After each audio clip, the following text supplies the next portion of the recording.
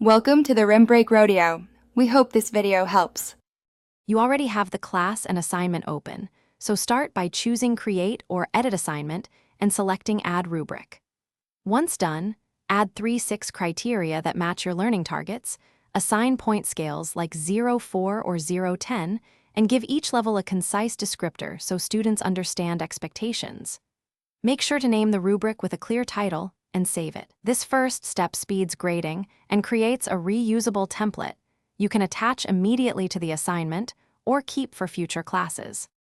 Now focus on customization. Edit each criterion to reflect performance indicators and decide whether scores are points-based or weighted. Once you finish descriptions, use the Reuse Rubric option to attach it to multiple assignments or duplicate it for slight variations. This saves time. Preview the student view to confirm clarity, then attach the rubric to the assignment and set due dates and points. While attaching, double-check visibility and publishing settings so students can see expectations before they submit. When grading, open a student submission and use the rubric. Click the correct level for each criterion and add targeted comments. Totals auto-calculate.